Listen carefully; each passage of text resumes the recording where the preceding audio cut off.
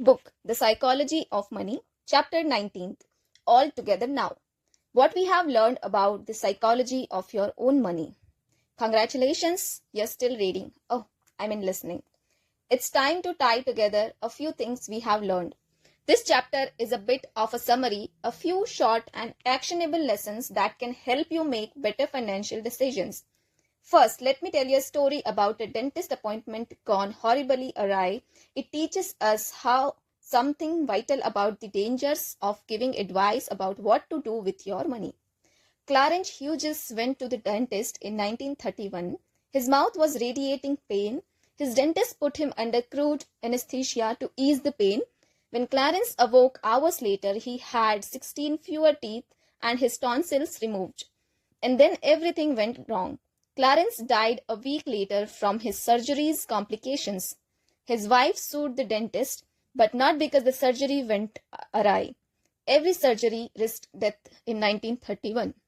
Clarence, she said, never consented to the procedure in the first place and would not if he were asked. The case wove through courts but went nowhere. Consent between doctor and patient was not black and white in 1931. One quote summed up the idea that doctors require freedom to make the best medical decisions. Without such, we could not enjoy the advancements of science. For most of history, the ethos of medicine was that the doctor's job was to fix the patient, and what the patient thought about the doctor's treatment plans was not relevant. Dr. J. Katz wrote about the philosophy in his book, The Silent Word Between Doctor and Patient. Doctors felt that in order to accomplish that objective, they were obligated to attend to their patients' physical and emotional needs and to do so on their own authority without consulting with their patients about the decisions that needed to be made. The idea that patients may also be entitled to sharing the burdens of decisions with their doctors was never part of the ethos of medicine. This wasn't ego or malice, it was a belief in 2 points. Every patient wants to be cured. There is a universal and right way to cure them. Not requiring patient consent in treatment plans makes sense if you believe in those 2 points. But that's not how medicine works. In the last 50 years, medical schools subtly shifted teaching away from treating disease and toward treating patients. That meant laying out the options of treatment plans and then letting the patient decide the best path forward. This trend was partly driven by patient protection law, partly by Card's influential book, which argued that patients have wildly different views about what's worth it in medicine. So their beliefs have to be taken into consideration.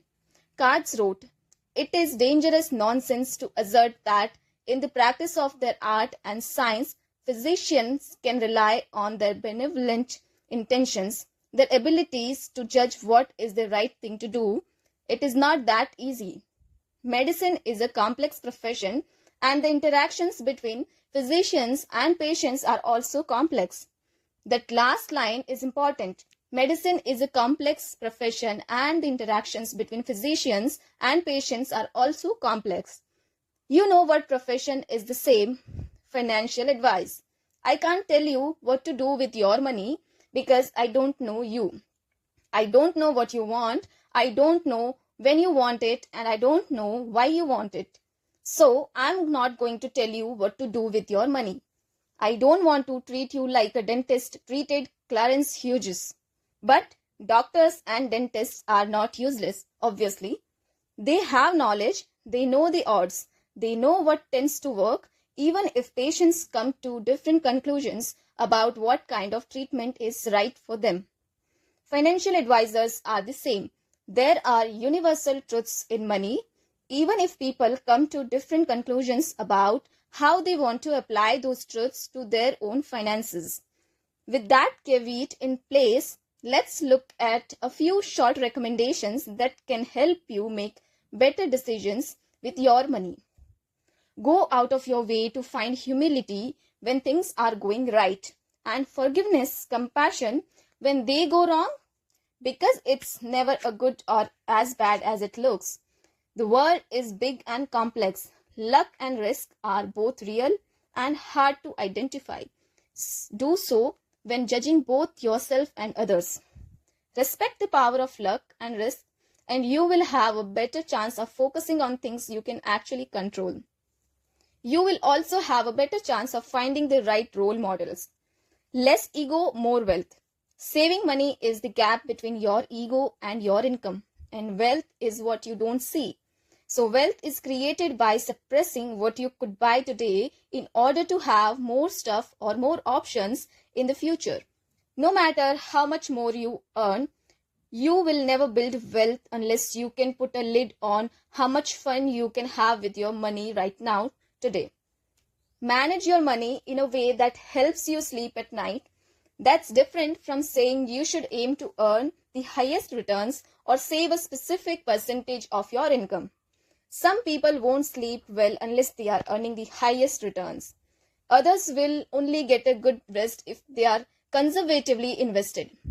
To each their own, but the foundation of "does this help me sleep at night" is the best universal guidepost for all financial decisions. If you want to do better as an investor, the single most powerful thing you can do is increase your time horizon. Time is the most powerful force in investing. It makes little things grow big and big mistakes fade away. It can't neutralize luck and risk, but it pushes results closer towards what people deserve. Become okay with a lot of things going wrong. You can be wrong half the time and still make a fortune, because a small minority of things account for the majority of outcomes. No matter what you're doing with your money, you should be comfortable with a lot of stuff not working. That's just how the world is. So you should always measure how you have done by looking at your full portfolio rather than individual investments. It is fine to have a large chunk of poor investments and a few outstanding ones. That's usually the best case scenario. Judging how you have done by focusing on individual investments makes winners look more brilliant than they were, and losers appear more regrettable than they should. Use money to gain control over your time, because not having control of your time is such a powerful and universal drag on happiness. The ability to do what you want, when you want, with who you want, for as long as you want to, pays the highest dividend that exists in finance. Be nicer and less flashy. No one is impressed with your possessions as much as you are.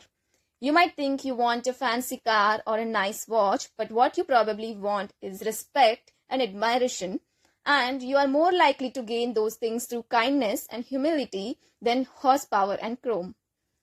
Save. Just save. You don't need a specific reason to save. It's great to save for a car or a down payment or a medical emergency. But saving for things that are impossible to predict or define is one of the best reasons to save. Everyone's life is a continuous chain of surprises. Savings that are not earmarked for anything in particular is a hedge against life's inevitable ability to surprise the hell out of you at the worst possible moment. Define the cost of success and be ready to pay it, because nothing worthwhile is free. And remember that most financial costs don't have visible price tags. Uncertainty, doubt, and regret are common costs in the finance world. They are often worth paying, but you have to view them as fees, a price worth paying to get something nice in exchange, rather than fines, a penalty you should avoid. Worship room for error. A gap between what could happen in the future and what you need to happen in the future in order to do well is what gives you endurance, and endurance is what makes compounding magic over time. Room for error often looks like a conservative hedge, but if it keeps you in the game, it can pay for itself many times over. Avoid the extreme ends of financial decisions. Everyone's goals and desires will change over time, and the more extreme your past decisions were, the more you may regret them as you evolve. You should like risk because it pays off over time, but you should be paranoid of ruinous risk because it prevents you from taking future risks that will pay off over time. Define the game you're playing and make sure your actions are not being influenced by people playing a different game. Respect the mess smart, informed, and reasonable people can disagree in finance because people have vastly different goals and desires. There is no single right answer, just the answer that works for you. Now, let me tell you what works for me in the next chapter.